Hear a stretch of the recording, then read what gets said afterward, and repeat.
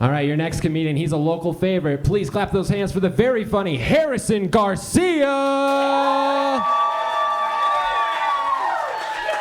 Thank you, everyone. Thanks for being here, guys. Good to see you.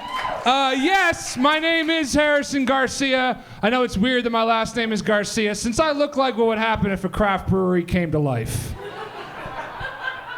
I get it. The deal is my dad's whole side of the family is Brazilian, so I'm officially a white Latino, which means that I hate and am afraid of myself. That's the deal. I've been trying to take care of myself, guys. I've been going to the gym, believe it or not, because I know that I don't look like a guy who goes to the gym. I know that when people look at me, their first thought is usually, that's a guy who has strong opinions on podcasts.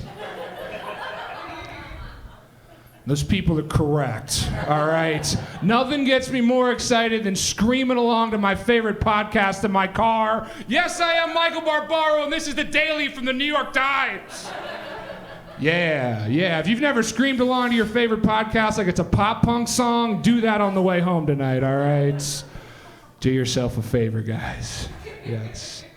I love that we have been getting to do shows, again. It was rough in 2020, everybody. Zoom shows are not fun, all right? They're terrible. I will say, though, that I think the only good thing that happened because of the shutdown, truly, the only good thing that came out of the pandemic is that it forced them to start selling Girl Scout cookies directly online. Yeah! You can get them shipped right to your house, everybody. Yes. So I may have spent my entire first stimulus check on Thin Mints, okay? Yes, because let's get one thing straight tonight, everyone, okay? A full serving of Girl Scout cookies is an entire sleeve in one sitting, all right? Yeah, if you're one of these freaks who can just eat one Girl Scout cookie at a time, fuck you, I got the vaccine before you. Yeah, that high BMI got me in early, all right? I worked very hard on these man tits, just drinking craft beer and eating cookies, all right? At this point, I don't really care what your stance on it is. I will tell you guys that I have gotten all of my shots and then some, and at this point, I would happily get a vaccine with the same frequency that I do psychedelic drugs. Okay, just every couple months, I'll go see a jam band at Red Rocks and I'll get a booster shot, all right? I'm gonna feel like shit the next day anyway. Okay, might as well get inoculated. By the way, I think booster shot would be a pretty killer name for a jam band. You guys going to see Booster Shot at Red Rocks this weekend? Like, nah, man, everything after the Delta variant was kind of a sellout. I keep doing that joke, hoping it's not going to be funny, and week after week, still pretty funny, everybody. It's kind of a bummer, all right? So let's talk about something a little more fun, okay, guys? Let's talk about 90s nostalgia, okay? Yes, because we are right now in the golden age of 90s nostalgia, because I think millennials have realized that their best days are absolutely already behind them. Okay, it's just a generation of people who are never going to own property, but will own every single streaming service at some point. Okay? And we're all sad and exhausted because we just want an executive from MTV to tell us what we like. All right? The 90s were a lot simpler in that time, And we've been playing a lot of the 90s radio. It's a fun radio to have on. And the other day, that song Backstreet's Back came on. All right, yeah, if you're not aware, guys, again, golden age of 90s nostalgia. The Backstreet Boys are playing arenas right now, so very much it is the case that Backstreet's back, all right? Yeah, but that song came on, and it just got me thinking that is a really weird song, okay? Backstreet's Back is a song in which the Backstreet Boys spend about 5 minutes, and the only thing that they really say the whole time is that they are back and you are listening to their new music. That's it, all right? They waste no time, okay? The singles version starts right on the chorus. They get right into it, just everybody, and the other guys go, yeah, rock your body, yeah. So the song starts rhyming 2 different words that end with the word body. Cool, Backstreet Boys. Yeah, they then spend the entire chorus talking about how they're back. So then what's the first line of the first verse? Oh my God, we're back again. As if they're surprised, as if they didn't just spend the whole chorus talking about how they're back. They spend the whole verse talking about how they're back, but then the song takes a real weird turn.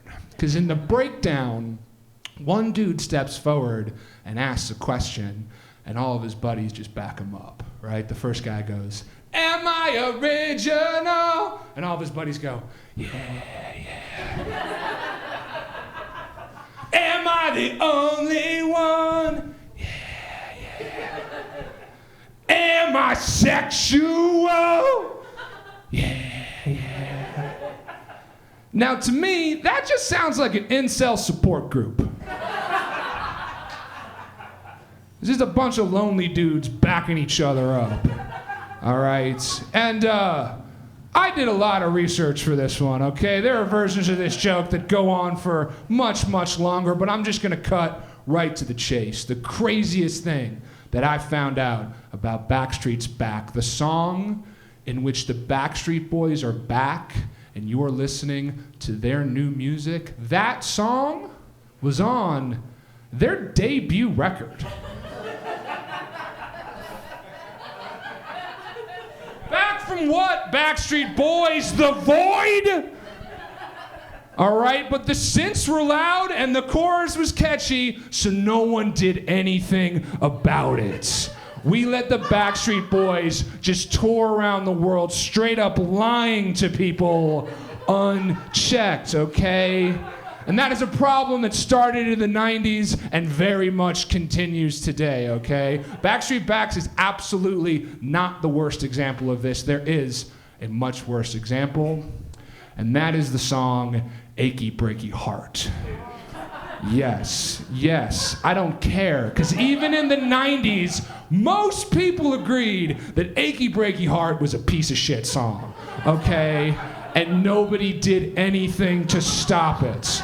All right? We just let that mullet tour around the world singing that piece of shit song, and nobody stopped him. And then what happened, everybody? Because nobody put their foot down back in the 90s, every single person that actually enjoyed Achy Breaky Heart 20 years later got together and stormed the Capitol.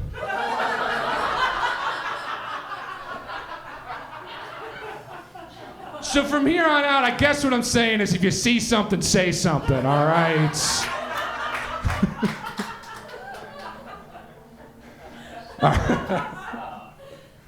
You guys are awesome. I'm gonna try this one since we're all having a good time, okay? This is a character that I've been working on, all right? This is the white supremacist car salesman, okay? White supremacist car salesman. Here we go.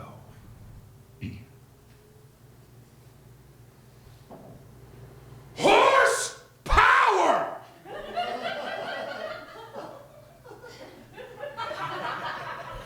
Thanks, everyone. That's the white supremacist car salesman. Yes! Thank you very much. It does happen to be my birthday today, everybody. And I'm going to be honest with you, all right? I'm going to be honest with you. I'm kind of at a weird age, all right? I'm at a weird age because I still come pretty quick, but it's getting kind of hard to pee.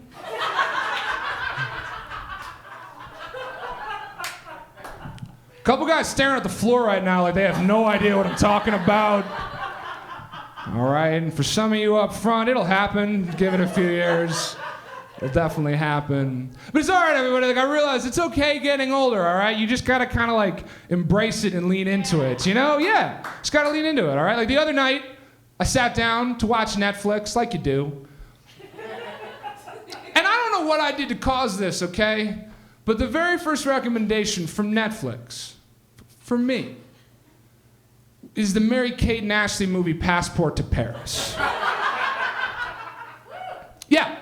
I was like, are you trying to get me put on a list? Or what? what, Netflix? Like, it's creepy if a dude like me at my age watches Mary-Kate and Ashley at home alone, you know? So I smoked a bowl and I watched the whole movie.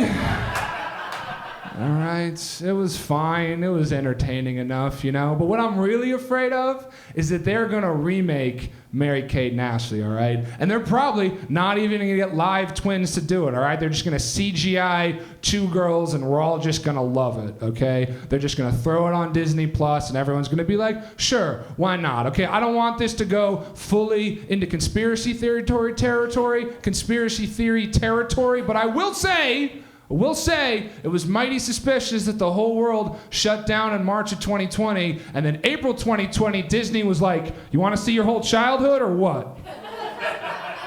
I'm just saying, follow the money, everybody, okay? Does Disney own a lab in China? Someone find out, all right?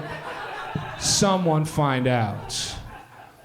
The thing about it is, like, I don't love all of the remakes that they're just pushing on us, but just the way my brain works, I cannot help but think about all of the remakes that I actually want to see. All right, and we're gonna get into it before we bring up your next comic. Here's what I'm talking about, guys. I've been working on a live-action remake of Toy Story. Yes, but in my version, all the toys are sex toys. It's crazy to me that this doesn't already exist, okay? Because the 2 main characters are already named Woody and Buzz Lightyear. Okay, ask yourself a question. What's the theme song of Toy Story? That's right, you've got a friend in me. Here's another one that I've been thinking about, okay? I want to do like a gritty live-action origin story, kind of like that Joker movie that came out a couple years ago. But my version is going to star Eeyore from Winnie the Pooh. Yeah. Just a clinically depressed donkey whose mom tried real hard, okay? But his dad was an alcoholic who wasn't around very much, okay? So Eeyore's all bummed out. And the end of the movie is that Eeyore's psych meds run out, okay? And he can't afford them because the 100-acre wood's in America, okay? And then the end of the movie is Eeyore just sneaks up on Tigger and just strangles him with his own tail while just whispering, I run the 100-acre wood, motherfucker. All right, if that one's too dark for you, I got one more for you. I want to do a live-action remake of Bambi, okay? Yeah. But my version is already the applause break from the back. My version is gonna be a revenge story, okay?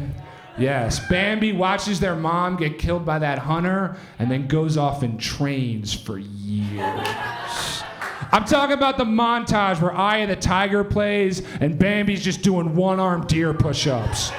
Just sweating a lot, ripping the heads off of scarecrows. And then Bambi tracks down the hunter that kills their mom, kills him in front of his kids, and I'm calling it Rambi. $1 billion idea, right? All right, guys, thank you so much. Enjoy the rest of the show. Thank you.